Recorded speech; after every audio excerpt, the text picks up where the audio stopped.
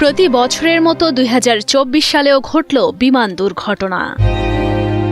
তবে নেপালে বারবার কেন এমন মর্মান্তিক সব বিমান দুর্ঘটনা ঘটছে তার পেছনে রয়েছে বেশ কিছু কারণ। তার আগে জেনে নেই নেপালের পর্যটন ও যাতায়াতে উন্নতি সম্পর্কে কিছু তথ্য। ১৯৯১ সালের পর নেপালে বেসরকারি বিমান সংস্থার দরজা খুলে দেওয়া হয়। এতে নেপালের পর্যটন ও যাতায়াতে উন্নতি হয় ঠিকই, কিন্তু বাড়তে থাকে বিপদ। এমনকি আকাশপথে বিশ্বের অন্যতম ঝুঁকিপূর্ণ যাত্রাপথ হিসেবে ধরা হয় নেপালের আকাশকে। আবারও ২৪ জুলাই বুধবার নেপালের কাঠমান্ডুর ত্রিভুবন আন্তর্জাতিক বিমানবন্দরে সূর্য এয়ারলাইন্সের একটি বিমান বিধ্বস্ত হয়েছে। দুর্ঘটনার পর উদ্ধার করা হয়েছে ১৮ জনের মরদেহ এবং আহত অবস্থায় হাসপাতালে ভর্তি করা হয়েছে পাইলটকে। রয়টার্সের তথ্য অনুযায়ী জানা গেছে, কাঠমান্ডু থেকে পোখারার উদ্দেশ্যে ফ্লাইটটি উড্ডয়নের সময় দুর্ঘটনার কবলে পড়ে। এ সময় বিমানটিতে শুধু এয়ারলাইন্সের কারিগরি কর্মীরা ছিল। ক্রু সহ বিমানটিতে ১৯ জন আরোহী ছিল বলে জানিয়েছেন ত্রিভুবন আন্তর্জাতিক বিমানবন্দরের মুখপাত্র প্রেমনাথ ঠাকুর। তিনি জানান, যেখানে দুর্ঘটনাটি ঘটেছে সেখান থেকে ১৮ জনের মরদেহ উদ্ধার করা হয় এবং কেবল ক্যাপ্টেনকে জীবিত উদ্ধার করে হাসপাতালে পাঠানো হয়। সেখানকার এক প্রত্যক্ষদর্শীর কাছ থেকে জানা যায়, প্রথমে ধোঁয়া বের হচ্ছিল, আমরা বুঝতে পারিনি যে বিমানটি বিধ্বস্ত হয়েছে। এরপর সেখানে যাওয়ার পর আমরা বুঝতে পারি বিমানটি বিধ্বস্ত হয়েছে। কয়েকজনের মরদেহ উদ্ধার করা হচ্ছিল।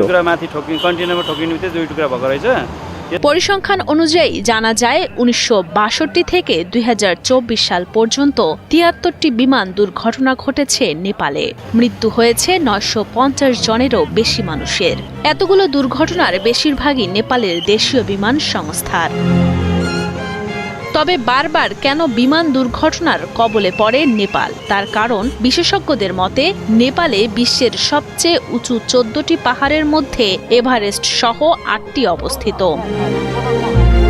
পাহাড়ি ভূখণ্ডে বিশেষ করে প্রতিকূল আবহাওয়ার সময় পথ ঠিক রেখে উড়োজাহাজ চালানো কঠিন হয়ে পড়ে এবং দেশের অধিকতর দুর্গম ও পাহাড়ি অংশে প্রবেশের জন্য ছোট উড়োজাহাজ ব্যবহার করার প্রয়োজন হয় বলে বিষয়গুলো আরও জটিল হয়। শুধু তাই নয়, বিশ্বের সবচেয়ে ভয়ঙ্কর বিমানবন্দর বলা হয় উত্তর পূর্বাঞ্চলীয় নেপালের লুকলা শহরের বিমানবন্দরটিকে, কারণ বিমানবন্দরটির রানওয়ে দুটি উঁচু পাহাড়ের ঢালে অবস্থিত এবং রানওয়েটি শেষ হয়েছে সোজাসুজি একটি গভীর খাদের কাছে গিয়ে। বিশেষজ্ঞরা আরও জানিয়েছেন, নেপালে বিমান চালক এবং কর্মীদের যথেষ্ট প্রশিক্ষণের ব্যবস্থা নেই, ফলে কঠিন পরিস্থিতি মোকাবেলার সময় বিপাকে পড়েন তারা। তাছাড়া কম বাজেটের কারণে যথেষ্ট সংখ্যক বিমান চালক নিয়োগ করাও হয় না। প্রায় সময় পরিশ্রান্ত থাকেন বিমান চালক, ফলে দুর্ঘটনার আশঙ্কা বাড়ে। এছাড়াও বিমান দুর্ঘটনার কারণ হিসেবে নিরাপত্তার গাফিলতিকেও দায়ী করে এসেছে বিশ্বের নিয়ামক সংস্থাগুলো। পাশাপাশি চালকের অভিজ্ঞতার অভাব ও বিমানের রক্ষণাবেক্ষণের অভাবকেও দায়ী করা হয়।